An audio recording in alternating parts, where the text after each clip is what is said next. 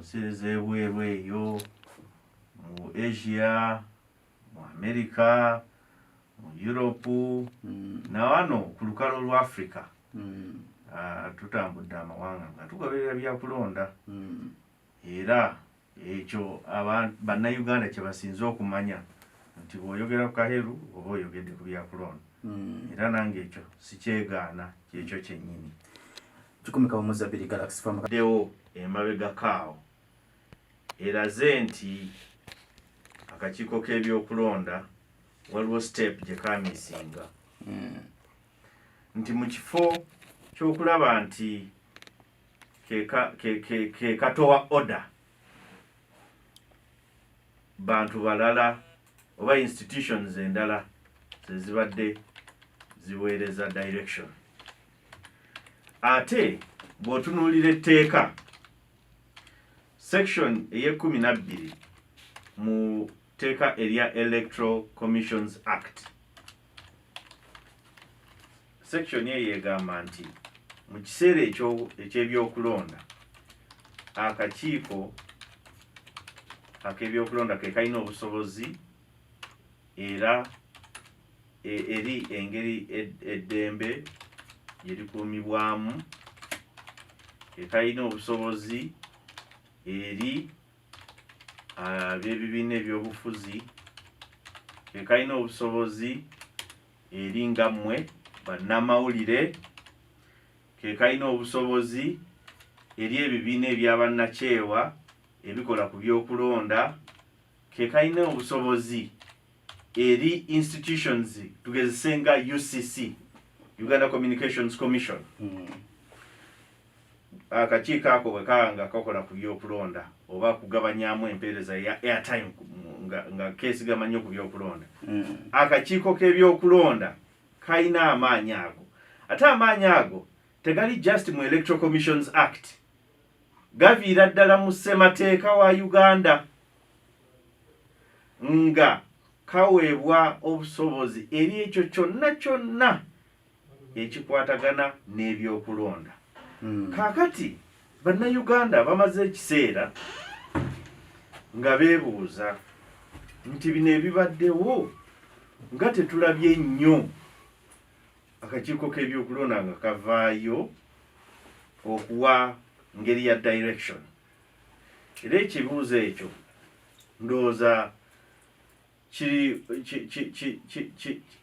kikkirizibwa oba kyankizo nnyo mu mbeera ebaddewo, kubanga singa akakiiko kano kaalaga engeri buli kimu gye kirina okutambulamu, ndowooza ebintu ebimu ebibaddewo mu wiikisi zino 2-3 tebyandibaddewo. Era nze nkomekereza nga ngamba nti okutambula obulungi okuva mu kiseera kino okutuukira ddala ku lunaku olw'okulonda kyandibadde kirungi era kisaana nti Electoral Commission eveeyo yeddiza obuyinza esamoninge ba candidates ebalage nga bwe balina okukwasaganyamu campaigns zaabwe na bino ebitongole ebirala nga bino ebitongole ebyamawulire nga bwe birina okukwasaganyamu emirimu gyabyo ne poliisi. Era njogera ku poliisi si ame, kubanga mu mateeka aga elections poliisi yeyina obuvunaanyizibwa okuweereza electoral security okusookera ddala. Naye ate bw'eremererwa awo esobola okuyita ebitongole ebirala okugiyambako. Kaakati akakiiko k'ebyokulonda kayite ebitongole ebyo nga mwe muli ne poliisi, kabirage nga bwe emirimu egy'ebyokulonda bwe girina okutambuzibwa. Abantu kye bawulira kati oba kye balaba kwe kulaba nti waliwo ekibulamu mu ngeri akakiiko kano kibakuttemu emisonga kaweerezaamu direction yaabo. Tweyanze Kikumika Omuzabiri Galaxy Farm twegatiddwa ku Lubega Mukaaku agamba nti 2021 ogenda mu parliament y'eggwanga Uganda. Lubega Mukago. Soko obuze kwaliko nkusoye tugende mu maaso. Zebinira ebyagundi binsombo. Ya mask. Njagala okwebaza okuluba Galaxy namwe abatestesi ate naddala gwe anchor program eno okutuwa omukisa ne bannange bano nga bwe tuli wano ali ne mukola social distancing omulungi SOPs muzigoberedde ne mbasaasira bye muyiseemu ennaku zino n'ebizibu bye mufuna ebiri systemic ebiri munda mu system bande musobola kuweereza bannayuganda nga bwe mwagadde naye ate nenga nti ffenna twesabire bannayuganda abantu b'e Lubaga mbawa ekyenkizo okusobola okuba nti babuusa abafere ba people ne bamanya nti bonga ba people bateekeddwa okwebeereramu ate ne neebaza bannayuganda bonna abaalaze okutegeera okwawaggulu okuva kwabo ababakulembera n'abateeka bakwataganyiza ku security bo okusobola okumanya nti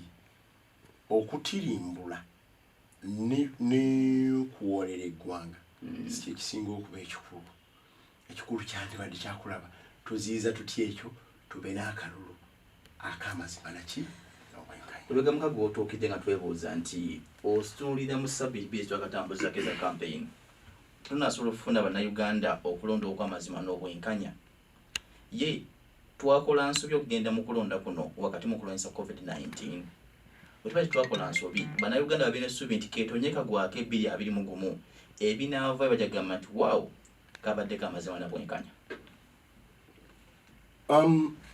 kitalo ku mulundi guno nate twafunyemu ekyenjawulo kye bayita pandemic ya COVID-19 omanyi gyobaddeko nange mbadde nyinyonyola abantu nti obutafaanana walala nansi ndala wano tulina COVID wa mirundi 3 tulina COVID-19 pandemic fena gyetumanyi gyetukoleddeko SOPs bwetumanyi bwekwata ne bwetemula naye ate tulina ne COVID commercial ate ne tubeera ne COVID political COVID-19 COVID commercial ne COVID political byonna bisatu bitambulira wamu kakati munnayuganda n'atuuka mu kusoberwa okutabangawo of course COVID commercial gwe nga bw'okimanyi abasajja abagabi b'obuyambi ne batuuka okuga nti Uganda katugidduukirire because it is part of the community of nations America ne bakwata $1 million atano musatu nezisobamu ne bazituweereza ne bayongerako n'9.9 ndiye 10 ne baga give direct bamanyi tulina LC system okuva ku LC1 okutuuka ku LC3 ezandisobodde okumanya families gyezisinga okuba obubi ne bategeeza bali abacontrolling oba inaku zino byonna biri digital control bayo gundi data waffe ina twamuteekayo omanya namumanya nti ono yalina essimu bweti you can verify n'oweereza lumu omuntu n'alima kulya bikuta byamatooke nakubinoonya nga tabiraba ng'abali ewaffe Lubaga bwe bali gwe n'okwata $1 million ezo n'oziteeka ku ggwe abooluganda bakola ab'emikwano mukyala Acheng n'omwogeza ebyogezeddwa n'atuuka ku budgeti ya $8 billion lwe bamulowooza nti kakole ku bino ebisookerwako nga nazo taziraba procurements ne zitayitana mu mateeka naye nga abooluganda bakola waliwo aboogobe bali mu ebyo ye COVID commercial COVID political yono gwe tulaba kati yatuleetedde na kino ekizibu ekyabaddewo nti bw'abeera nga Bobi Wine alina bakaheeru balubega mpabu bukyakulabirako nga bamuwagira aba n'omusango naye ye president Mwami Museveni bw'aba alina bebekulu n'abalala nga gye bali taba na musango oli bakwata ne bakuba ne waba yakamala okuva ku nomination ne wamubira bw'abeera nga amuli ati yagenda okujja ku nomination omulumba ku kitebe n'okuba n'ogunda oye covid political for you. Kakati ebintu bino bisatu bannayuganda basobeddwa baddewa kati mu kalulu kano ekyaleesewo mutawaana ebyo bisatu byayingiddewo omulundi gumu naye ate nga tekijjaawo Mwami Kahero ali wana ajja kuwa ebyafaayo babimaze n'obbikuwa kuba mbadde siwuliza bulungi bwe mbadde nzija nti obululu bwonna obwakabeerawo wansi wa gavumenti eno buzze bukubwamu ebituli ebinene ddala nga ne European Union ekyagituusiza okugamba nti I don't want to come now kubanga baawa ebintu kumpi 30 ebyali birina okukolebwako ng'obitemyetemi tewali n'ekimu mu bbanga lya myaka 5 kyakolebwako. Ekkooti za Uganda zaavaayo ne zigamba tukole bino okutereeza akalulu tuleme kufuna bizibu byetera okufuna awala ne genocide zino ezitajja. Tewali na kimu kyakolebwako naye bo nga abakulembeze bali happy to continue as it is. Ekizibu ekiri mu kalulu kano si kya bannayuganda si kya nti kya institutions zonna kya bantu abalina mentality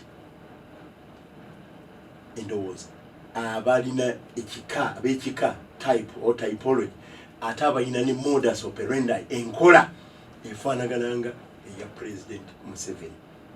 Abo abatonotono ate nga ye candidate kankuwa ekyokulabirako President Museveni mu 1980 ye yalinga Katumba w'olwaleero mu kalulu ako Katumba sogera I'm just speak atenze bwembera bwendi atabadde takimanyi ye yali Katumba w'olwaleero baali ba candidates bana nze nali musajja muto nga nina emyaka gyange gyalinga 14 something like that nali sironda naye ng'ebintu byonna bigoberera ate nali mugimu ekimala yalina amaanyi ngaga Katumba baali bana eyali akulembera mu order ey'obuwagizi yali Mwami Ssemwogerere eyali addako yali candidate wa UPC era yali abaalina enkizo kuba abaali mu gavumenti eyali addako yali Mayanja Nkanja ne yali asembayo Katumba naye Mwami Museveni ate kwolwo teyali wadde yali Katumba ate yali ordinary ye yali vice chairman wa military commission ey'abantu abasatu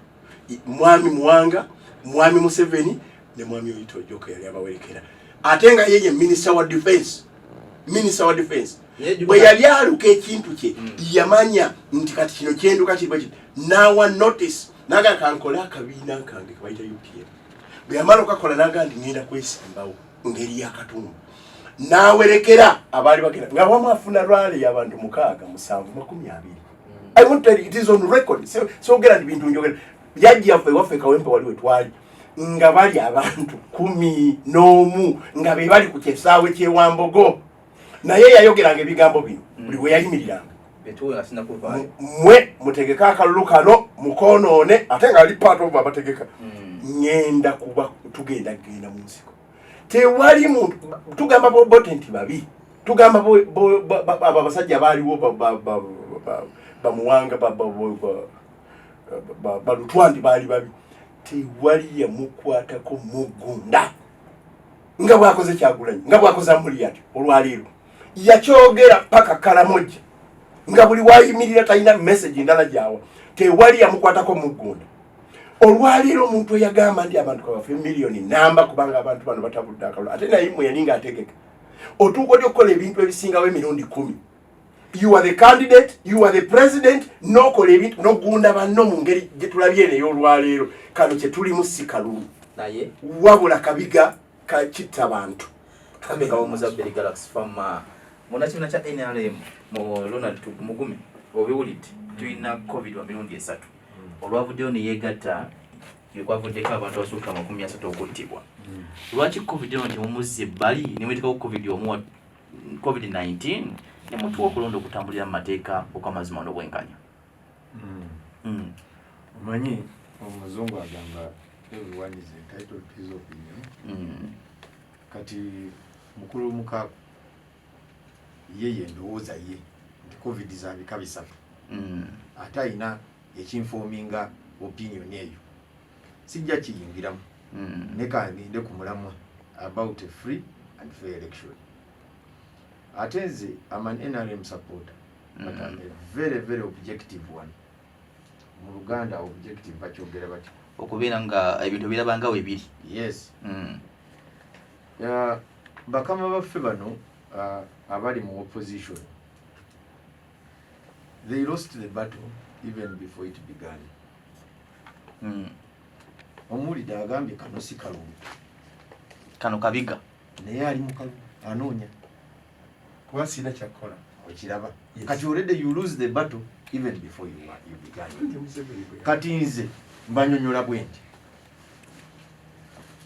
Electoral Commission Mwami Kaheru gyayogeddeko, from its inception it was defective. Tukiriziganya Mwami Kaheru okiriziganya nanyi, from its inception it was defective. Mu Luganda kuva ku lubere okuva ku luberebere lwayo nga campaign zitandika okuteekawo Electoral Commission okuva mu lubereberye yali erimu ensobi. Jukira Uganda yali single individual merit system. We didn't have parties. Kyeyinojja ne weesimbawo nange nesimbawo ne Mukaku ne yesimbawo abantu ne balonda nga tewali kibiina, nga tulinako Electoral Commission akaali kakola ebyo. Oba ogijjukira yali ya mwami ani bambi yafa omwami oyo kati Kasujja.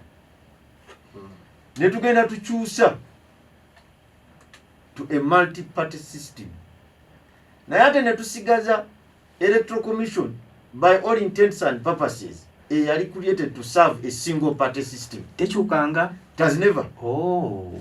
So kati ekitawaanya baganda bange aba opposition is that advantage was created at the beginning. Tuli mu nkola ya bibiina. EC was designed to operate and to serve a single party system. Nze kyokka nkikubulirewo bano kyekibatawaanya ati tebakimanyi. Until they correct that, there will always be an advantage to the power of incumbency.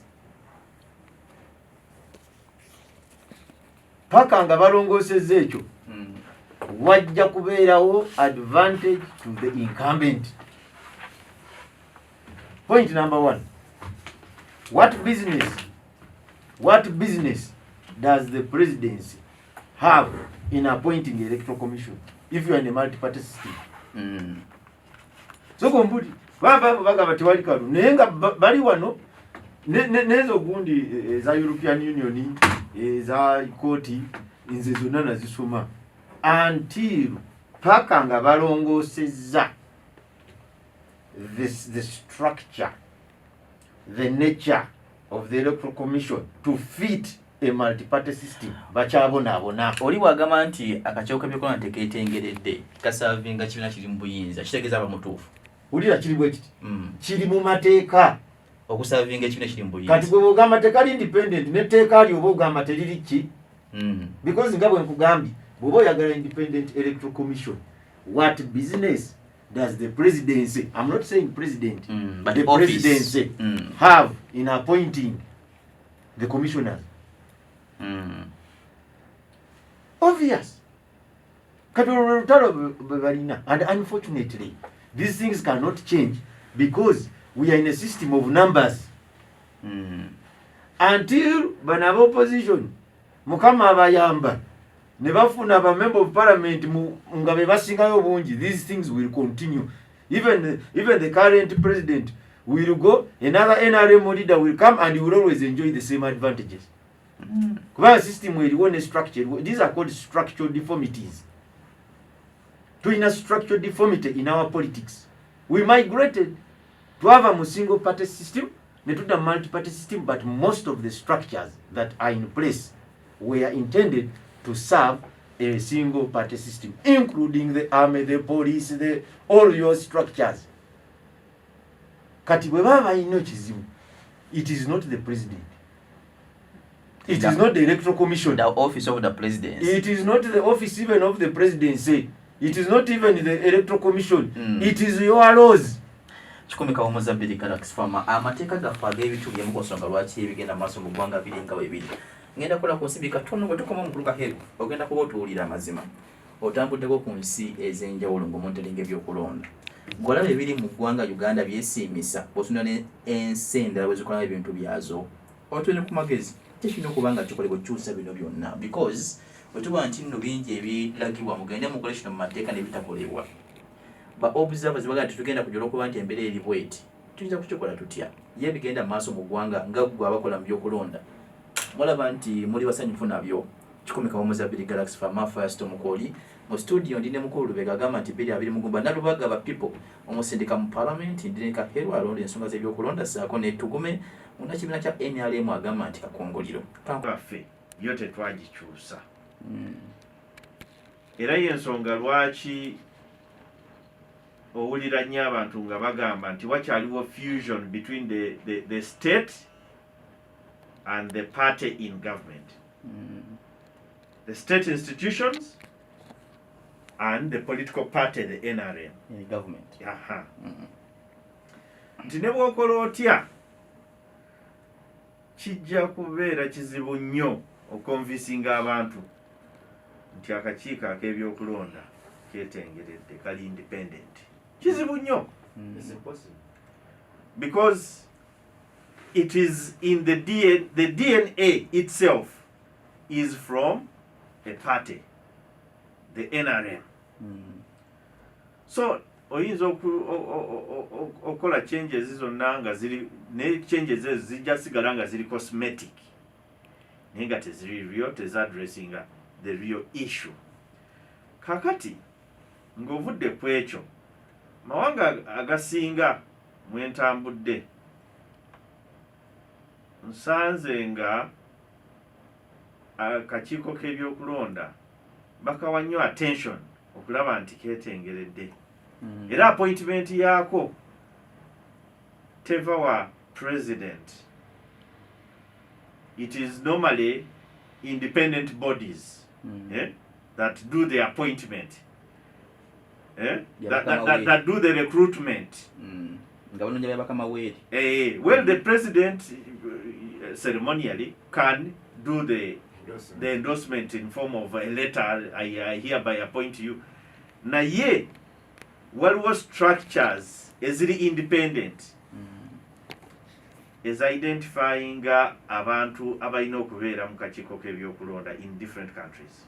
Kenya kumpi wano process gye bayitamu okutuuka ku ba commissioners baabwe panvu nnyo. It's very rigorous.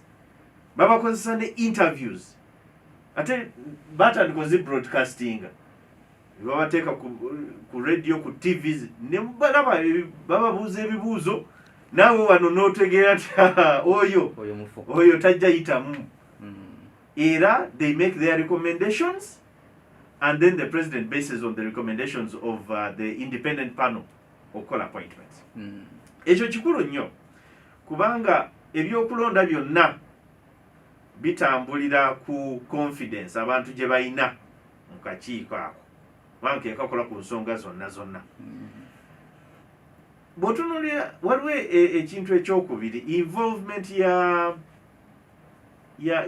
army mu nsonga z'ebyokulonda. Mu mawanga g'osanganga gayina heavy involvement eya army ebiseera ebingi elections zaabwe ziba questionable. Era ngenda kuwa ekifaananyi wano mu Uganda kituufu era ne kkooti yakyogerako nti oluusi ame yaffe getting involved mu byokulonda nga si kirungi. Naye ate bw'ogenda mu ggwanga nga Egypt ekiri wano eno nursery school kubanga eri mu Egypt buli kimu kyonna kikwasaganyizibwa maje. Buli kimu kyonna kabe presiding officer wa maje kabe lowooza buli muntu yenna akola ku byokulonda ava mu maje.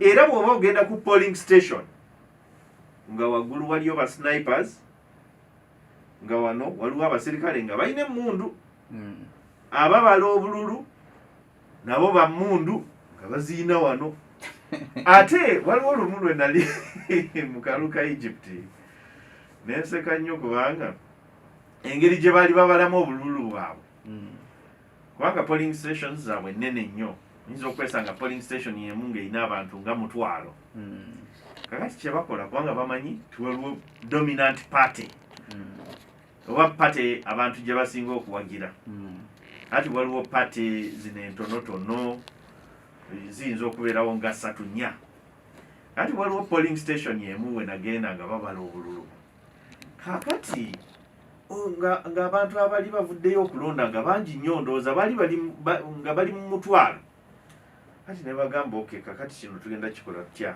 ng'okulonda kuwedde ziri ssaawa nga 3-4 ez'ekiro bagamba kino tukikole nga bwe tukikola bulijjo ne balaba party erina obululu obutono ennyo nga maybe 200 nga ba agency bonna aba parties ezo nga weebali bagamba kakati tubale buno ne babala buno 2 kakati ekitegeeza balance nekigwa ne babiwandika nabali ne basayininga ne bagenda kakati ndowooza bwogerageranyaamu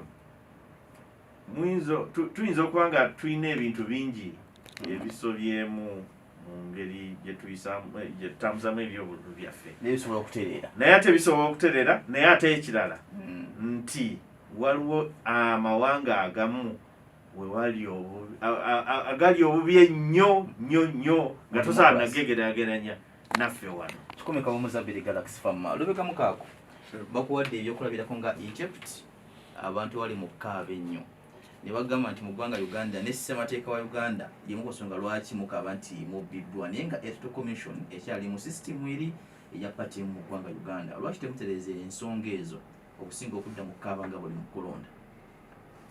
Yes, oba omukulu ali technical gwomuwadde aweeka ekifaananyi ku byalabye awala naye nze ng'omukulembeze ate siyinza kubeera nenga wano nno kale taata akuba maama naye oweeri okumuliraano akwata ne bawalabe gamba tuba twatambulako nga katuli mu maka agakakasa nti omuggo eri maama waffe si kyekintu kiruma nnyo okulaba nti ate tuzzeeyo emabega taata akomawo atamidde era nagamba amazuukuka nga n'embooko agikoze eki agitaddeko kali kwe gamba Uganda tulina we twali tulina we paid the ultimate price of almost 1 million people dying kubanga abantu abaaliwo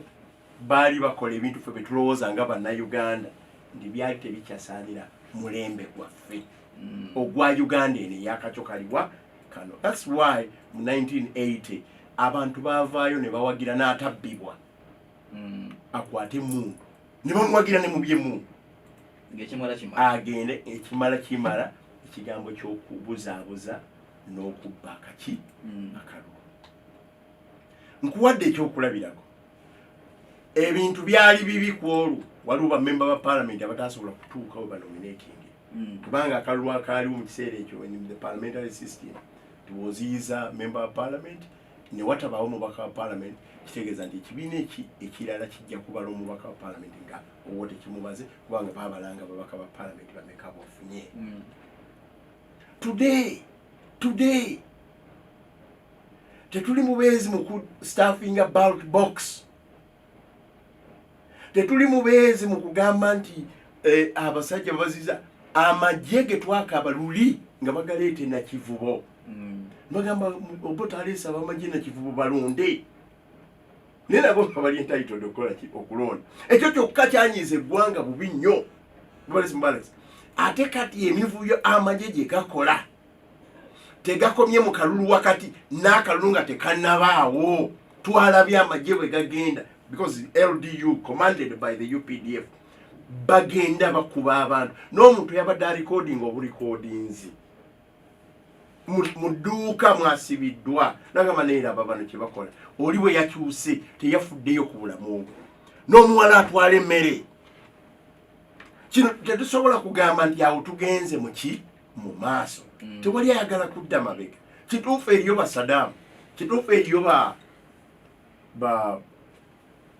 bannaffe era actually Egypt yensi ekyalimu obulumi gyolaba ne president abaddeko bamukwata mu biseera byakalulu ne bamutugira mu kkomera Musa ekyo si kirungi naye ate wano bali tunatuuka ku level ekwata presidential candidate nga bano be babakuttemu ne bwe twalina ebizibu ebisingayo kuba ebibi Semwogere yatuuka kekyo Mayanja Kanyike yatuuka kekyo ne mwami Museveni yatuuka n'okufuna time eva mu bantu n'agenda ategeke olutalo nga Obote tamutusizaako kizibu.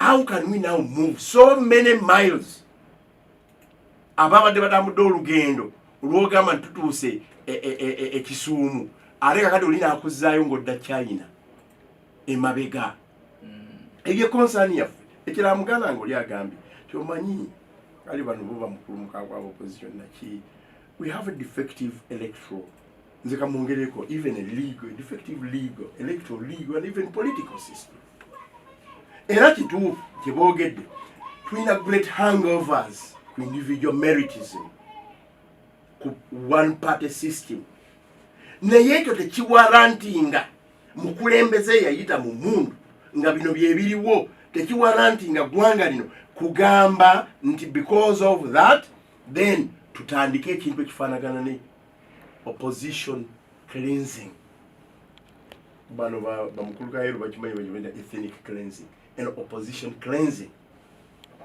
You can kill 50 people in 48 hours or 60 people in 48 hours in the name mulinnya ly'okuziyiza COVID.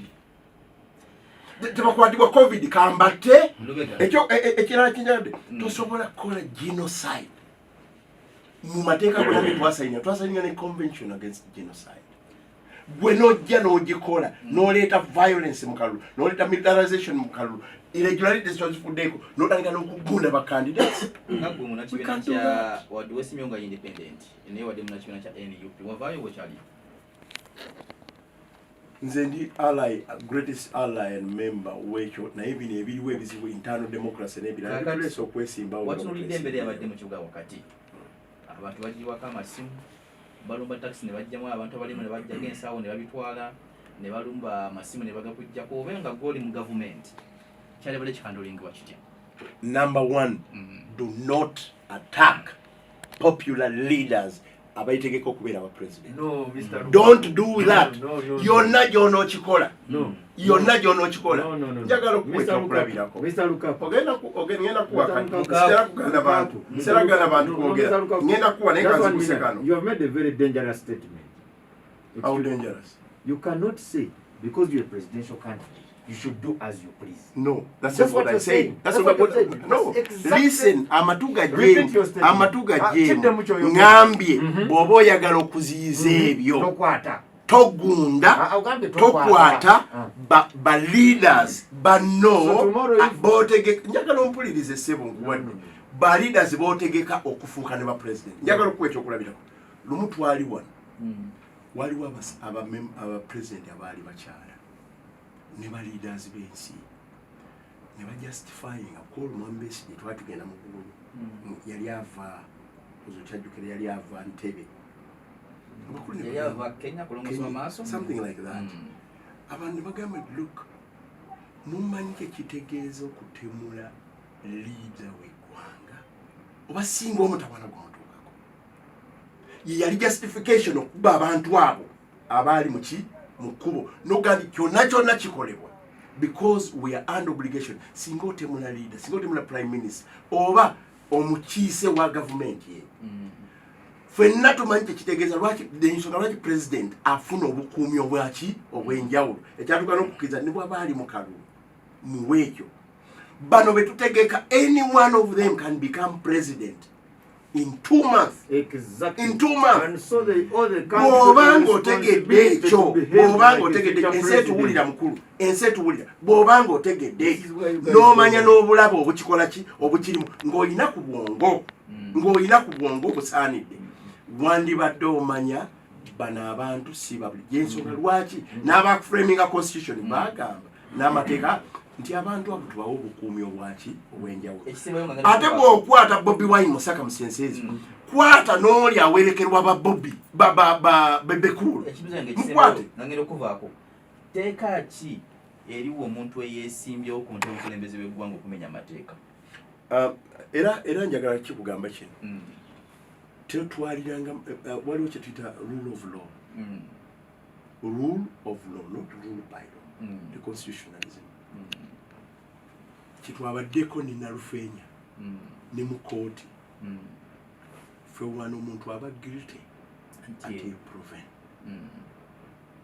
siyinza kuva eno neŋŋamba newandibadde nawulira President Museveni statement ze yakoze noono Minister wa Internal Affairs ku ssaawa neŋŋamba nti abantu abo babakuba amasasi babatte kubanga bakoze ebintu ebiyinza otuleetera genocide. Njagala mbatwale eri awantu ensi yonna weesobola obbajajengera nti kyebayogedde kiyinza otuleetera obuki obulabe. Naye ate singa ngenda bugenzi nenkwata Minister wa Internal Affairs ne mugunda naye alina abamuwagira naye alina influence mu ggwanga tujja kufuna akatuubagiro. So ekyo kyenkugamba bw'ona okukwata President Museveni tojja kugana abantu ba NRM kutabuka candidate wangi nnyo wangi nnyo ate let me tell you agambye bwe ggwanga tulizizaayo but on the list they are number one opposition because of making these careless, misguided, misleading statements. Which statement? I'll give you one example. He was a member of the NUP party. You understand?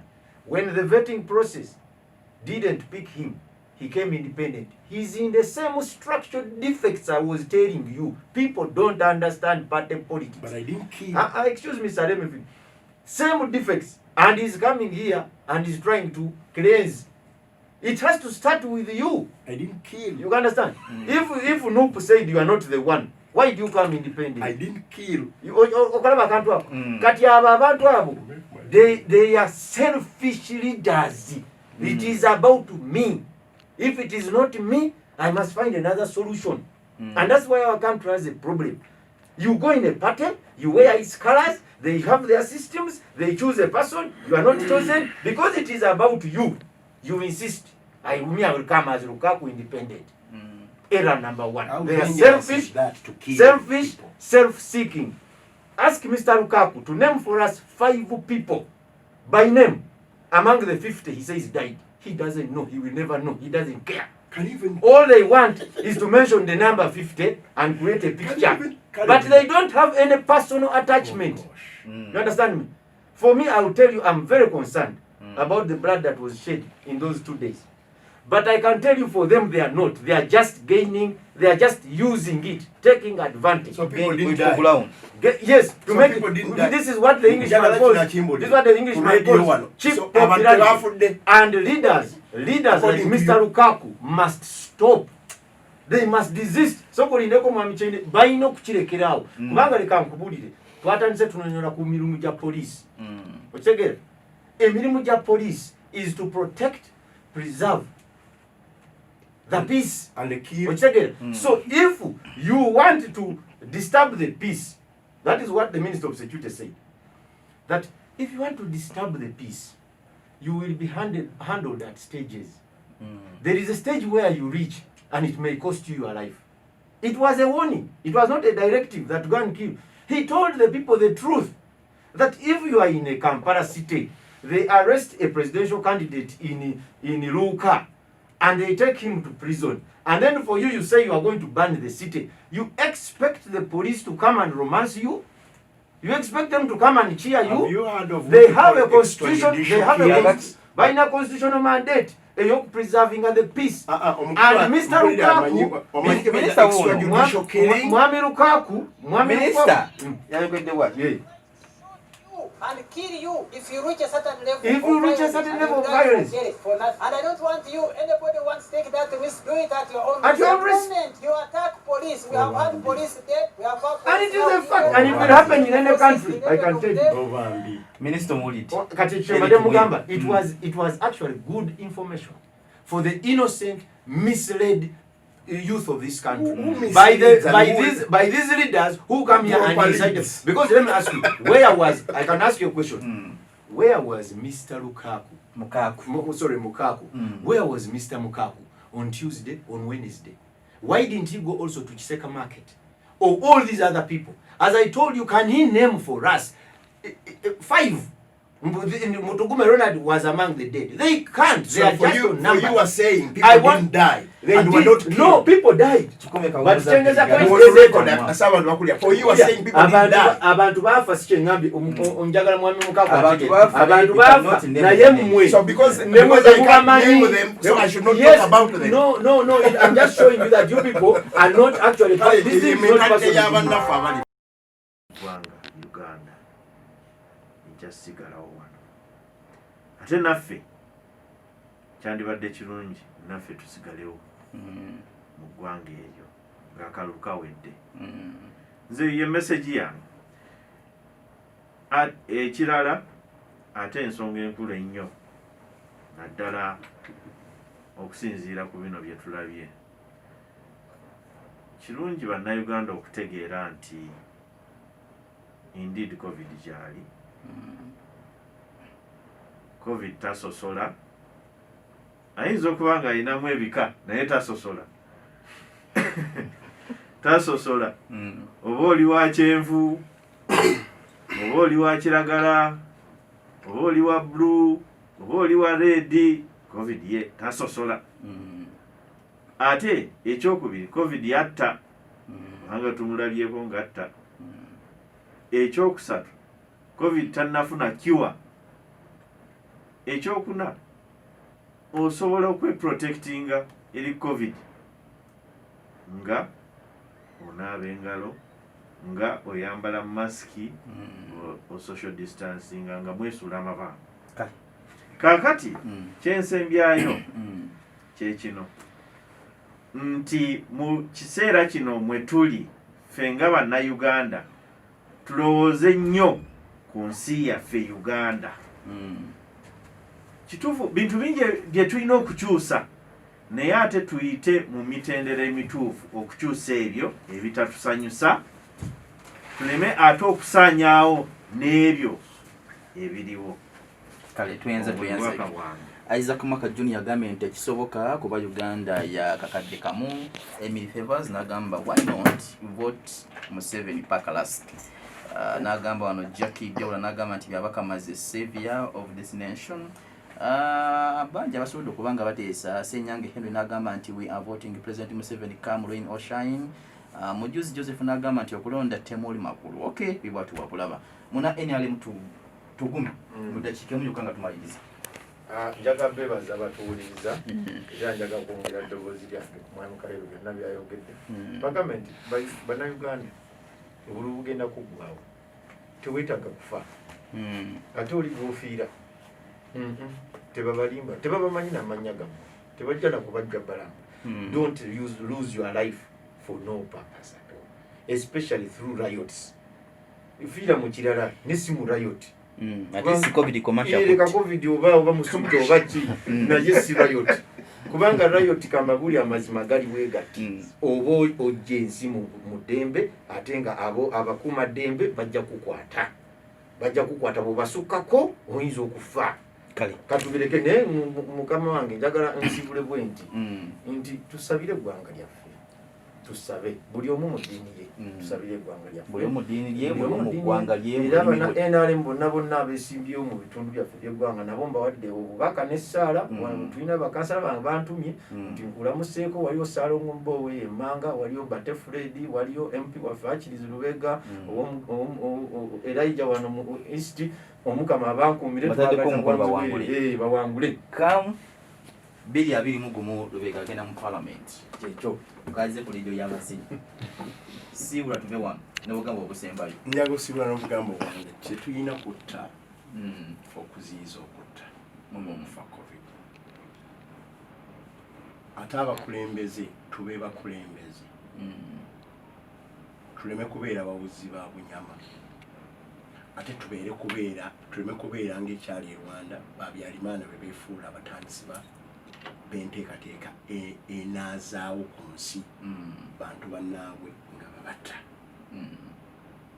kubanga gikimalira ng'abyalimaano bwe twabira n'abalala naawe kimala kikoze eki kikulidde message njibwera ddala President Museveni ne baministers be tudde banja bagamba we have the maje olala waliwo yajja okutukuba tiyagasi for us we have the AK-47 ebyo si tebikola nekinasembayo erubaga tubeerabira sembayo naye kino kikulu nyinza n'obutamalaako Lubaga ne Lubaga kubeerawo ng'abantu baffe bafiiridde mu bintu nga byekanasembayo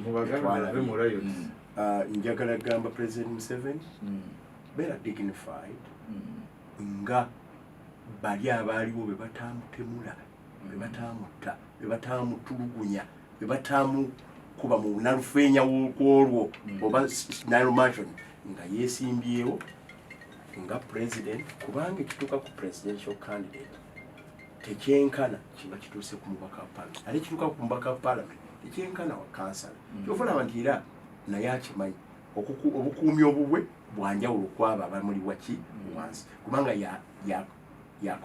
yakwataganya the spirit of the nation nange njagala okusiibula ab'erubaga nga mbeebaza mbadde mu bumpitidde mbadde kubanga alina appointments nyingi naye mbadde sobola kuleka ya agre mu ndeeba mbeebaza omulimu gwe bakoze naye ate neebaza n'ab'erubaga bonna abalala bamukulu mulindwa bacommanders ba campaign eno ate nenjagaliza omuload owa solutions okulaba nti akola campaign z'okuva enkya ewaffe erubaga ajja ku Lwakusatu naye mwagaliza okulaba nti ajja tube nga tukyusaako tuleme kubeera ne mu KCCA embeera gye tulina waggulu ate gye tulina mu bapipa bakutegeera kikumi kawumuzabire Galaxy Famaweri bwekyo bwebadde olunaku olwaleero Firestorm kikankani buli wa Sunday ngifundikidde mbadde Rebecca Mukaako agamba nti 2021 keetonyeka gwake agenda mu parliament wali Lubaga ne mukutuka Heru omukulu asinga kwasaganya ensonga z'ebyokulonda mu ggwanga ng'okubirondoola mukugu sakole